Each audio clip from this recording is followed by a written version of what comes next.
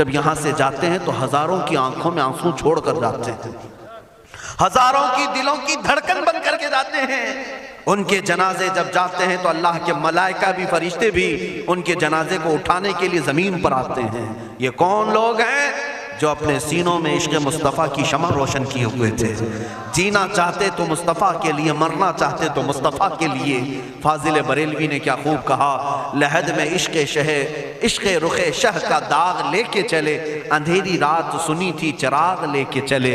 جب قبر میں جاتا ہے ایک عاشق رسول، اسے رکھا جاتا ہے، کفن اس کا بھی ہے، جسم اس کا بھی ہے، لیکن فرشتوں سے بھی کہا جاتا ہے اسے آہستہ سے جگانا، محمد عربی کا غلام ہے، رسول پاک کا وفادار ہے، اور کیڑوں کا اس کے جسم کو کھانا تو دور کی بات، فرمایا گیا قیامت تک اس کے کفن کو بھی میلا ہونے نہیں دیا جاتا۔ نہ تمہاری آنکھ سے، نہ تمہارے ناک سے، نہ تمہارے چہرے سے کوئی گودا باہر آتا ہے، کچھ نہیں میرے عزیزو، جسم تر و تازہ سلامت رکھا جاتا ہے۔ 1000 سال کیا 10,000 سال گزر جائیں، حوادث زمانہ بھی آئیں، لیکن اس کی قبر میں اس کا جسم سلامت رکھا جاتا ہے۔ اب تمہارے ہاتھ میں فیصلہ ہے، کون سا جسم بنانا چاہتے ہو، وہ جو کیڑوں کی غذا بن جائے، یا وہ جس پر فرشتے بھی اتر کر سلام بھیجیں۔ میں نے خود میرے مرشد گرامی کے جنازے میں حاضری دی، حضور تاج الشریعہ بدر الطریقہ رحمت اللہ تعالی علیہ، جس مرد قلندر نے اپنی پوری زندگی عشق مصطفیٰ میں گزاری ہے۔ آج تم نعرے لگاتے ہو تاج الشریعہ تاج الشریعہ، ان کے شب و روز دیکھے تھے کبھی؟ ان کی صبح اور شامیں دیکھی تھی کبھی؟ بہت پیر ہوں گے جو باہر پیر ہوں گے، اندر پیر ہوں گے، لیکن تاج الشریعہ کو میں نے اندر بھی دیکھا ہے، باہر بھی دیکھا ہے۔ آنکھیں بند بھی ہوتی، آنکھوں سے اگر کوئی چیز نظر بھی نہیں آ رہی ہوتی، تب بھی اتنا خیال ہوتا کہ کہیں سطر تو نہ کھل گیا ہو، کہیں پائجامہ اوپر تو نہیں ہو گیا ہو۔ سونے کے حالت کی بات کر رہا ہوں، کوئی نہ ہو تب بھی یہ خیال باقی رہتا۔ کون سا ایسا دن گزرتا جب وہ دلائل الخیرات نہیں پڑھ رہے ہوتے، قصیدہ بردہ شریف نہ پڑھ رہے ہوتے، ہزاروں سفر کی مصروفیات کے باوجود حضور پاک کی محبت کے نغمات میں کوئی کمی نہیں آئی۔ لیکن میں آج آپ کو ایک بات بتا دوں، جب انتقال ہوا وہ جمعہ کی شام تھی، اور ہمارے مردوں کو 6 گھنٹے 10 گھنٹے میں ہم کو قبرستان سپرد کرنا پڑتا ہے، 12 گھنٹے رکھ دیں تب بھی فریج منگوانا پڑ جاتا ہے، اس کے بعد قبرستان کے حوالے کر دیں۔ میرے مرشد گرامی کے انتقال کے بعد 48 گھنٹے رکھے گئے تھے، 48 گھنٹے رکھے گئے، اور اس کے بعد جنازہ پاک کو غسل دے کر لایا گیا۔ یہ فقیر قادری جنازے کی گاڑی میں شریک رہا، حضرت کے قدم پکڑ کر کے میں قبر تک رہا۔ میں آپ کو صرف اس لیے یہ بات عرض کر رہا ہوں کہ جب گاڑی جنازے کی چلتی تھی، میں نے زندگی میں بھی حضرت کے ہاتھ پکڑ کر کے ادھر ادھر چلایا۔ حضرت کے ساتھ جب جانا ہوتا تو بازوؤں کو ہم تھامے ہوتے، ہم کیا چلاتے، ہمیں وہ خود چلا رہے ہوتے، لیکن یہ ہم برکت کے لیے پکڑے ہوتے۔ جو نرم و ملائم جسم تھا، میں نے وفات کے بعد جنازے میں کھڑا ہو کر کے دیکھا، قدموں کو پکڑ کر، نہ نرمی میں کمی آئی، نہ ملائم ہونے میں کوئی کمی تھی۔ اور جب گاڑی آگے چلتی تھی،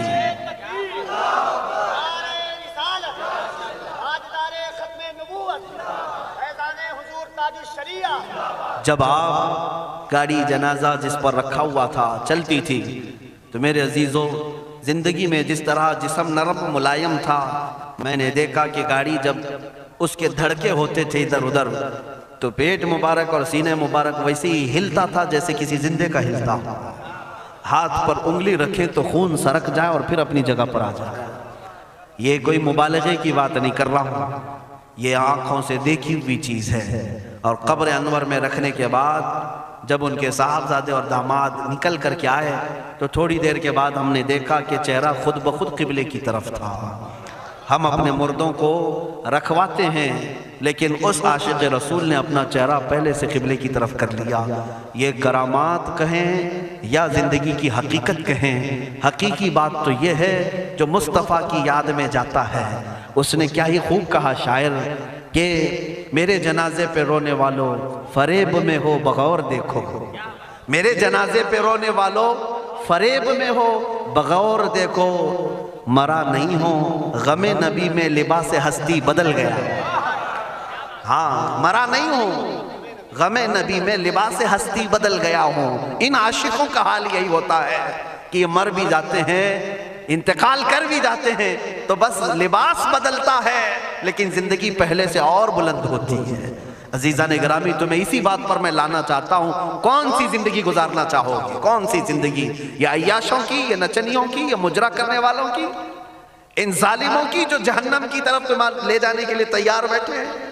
چند دنوں کی عیاشی ہے، تم گانے گا کر اچھل کود کر کے اپنے نفس کو تو راضی کر سکتے ہو، لیکن رب ذوالجلال کی رضا کبھی نہیں لے سکتے۔ آج تم دنیا میں فلموں کی زندگی جی کر کے تھوڑی دیر کی خوشی تو حاصل کر سکتے ہو، لیکن قبر کی راحت کبھی نہیں لا سکتے، قبر کا سکون کبھی نہیں لا سکتے۔ قبر میں اگر سکون چاہیے تو صرف ہمارے سینوں کو ادھر حوالے کرنا ہوگا، مصطفیٰ کریم کے حوالے کرو۔ اب اپنی زندگی کو بدلنے کا وقت آ گیا۔ اے میرے عزیزو، ناموس رسالت کی حفاظت یہی ہے کہ حضور کے اخلاق کی پہلے حفاظت کی جائے، حضور کی سنتوں کی حفاظت کی جائے، حضور پاک کے نام پاک کی حفاظت کی جائے، ان کی تعلیمات، ان کے احادیث کی حفاظت کی جائے۔ جس طرح صحابہ اکرام نے اپنی جانیں قربان کر کے حضور کی عزت کی حفاظت کی ہے، آج وقت آیا ہے ان ظالموں کی طرف نہ دیکھنا۔ یہ بھونک بھونک کر کے تمہیں جگا رہے ہیں، بیدار کر رہے ہیں۔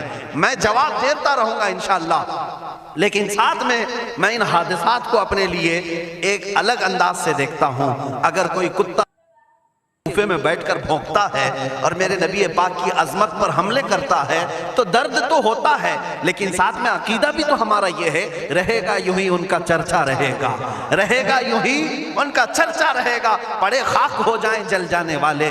یا رسول اللہ، تو گھٹائے سے کسی کے نہ گھٹا ہے نہ گھٹے گا، جب بڑھائے تجھے اللہ تعالیٰ تیرا، مٹ گئے مٹتے ہیں مٹ جائیں گے آدھا تیرے، نہ مٹا ہے نہ مٹے گا کبھی چرچا تیرا۔ یہ کتے کتاب لکھ کر کے کہتے ہیں محمد عربی کا چرتر، ان کے اخلاق، ان کے کردار برے تھے، اور ایسی کوئی چیز نہیں ہے اسلام میں جس سے امپریس ہو کر اسلام قبول کیا جانا چاہیے۔ محمد صلی اللہ علیہ وسلم کے نام کو اسلام سے ہٹا دینا چاہیے۔ ان ظالموں کو میں جواب دینا چاہتا ہوں، اے مسلمانوں، یہ تمہیں جگانے کے لیے آ رہے ہیں، یہ تمہیں بیدار کرنا چاہ رہے ہیں۔ اب اٹھو اور یہ بتاؤ تم کہاں کہاں سے میرے نبی کو مٹاؤ گے، کہاں کہاں سے؟ ارے ہمارے گھروں میں بچوں کی ولادت بھی ہوتی ہے، کان میں اگر ہم اللہ کا نام لیتے ہیں تو ساتھ میں محمد کا بھی نام ہے۔ ہمارے بچے جس دن اس دنیا میں آتے ہیں، اذان ان کے کانوں میں دی جاتی ہے تو اللہ کے نام کے ساتھ محمد کا نام بھی آتا ہی ہے۔ ہماری اذانیں، ہمارے نماز کو بلانے والی آوازیں، تم کیا مٹا پاؤ گے محمد عربی کے نام کو؟ یہ ہزاروں نہیں کروڑوں اذانیں بار بار دن میں دے دے کر کے یہ بتاتی ہیں کہ تم واللہ محمد عربی صلی اللہ علیہ وسلم کا ذکر تم کبھی الگ نہیں کر سکو گے۔ ذکر خدا جو ان سے جدا چاہو نجدی ہو، واللہ ذکر حق نہیں کنجی سقر کی ہے۔ حضور پاک کا نام کہاں سے ہٹاؤ گے؟ اذانوں سے ہٹاؤ گے، اقامت سے ہٹاؤ گے، نمازوں سے ہٹاؤ گے؟ بلکہ اقبال نے کیا ہی خوب کہا تھا، دشت میں دامن کوہسار میں میدان میں ہے۔ کہاں ہے یہ نام؟ دشت میں دامن کوہسار میں میدان میں محمد ہے، بحر میں موج کی آغوش میں طوفان میں محمد ہے، چین کے شہر مراکش کے بیابان میں محمد ہے، اور پوشیدہ ہر مسلمان کے ایمان میں محمد ہے۔ میں نے یہ تبدیل کر کے اسی لیے پڑھا ہے کہ ہر جگہ محمد ہے۔ رسول پاک صلی اللہ علیہ وسلم کو تم کہاں سے ہٹاؤ گے؟ ہمارے کروڑوں کی زندگیاں اس نام پاک پر قربان، اس نام پاک پر قربان۔ ان ظالموں کو یہ بات بتا دینا، اس نام پاک پر اللہ نے نقطہ تک نہیں رکھا ہے۔ محمد عربی صلی اللہ علیہ وسلم کے نام پاک پر نقطہ تک نہیں، عیب تو بہت دور کی بات ہے، اور مٹانے کی بات کرتے ہو، مٹانے کے لیے تم اس کا ایک لفظ تک نہیں مٹا پاؤ گے۔ محمد عربی اس عظیم ہستی کا نام ہے جس کی جڑیں تحت الثری میں ہیں، جس کی شاخیں اوج ثریا پر ہیں۔ حضور پاک صلی اللہ علیہ وسلم کو اللہ نے رفعنا لک ذکرک کہہ کر کے بلند فرما دیا ہے۔ کسی کے گھٹانے سے حضور کا نام کبھی نہیں گھٹے گا۔ تو ناظرین اکرام، ویڈیو تو آپ نے مکمل دیکھ لیا ہوگا۔ میری ویڈیو کیسے لگی ہے آپ کامنٹ کے ذریعے ہمیں ضرور بتائیے گا۔ ملتے ہیں اگلی ویڈیو میں۔ السلام علیکم ورحمۃ اللہ وبرکاتہ۔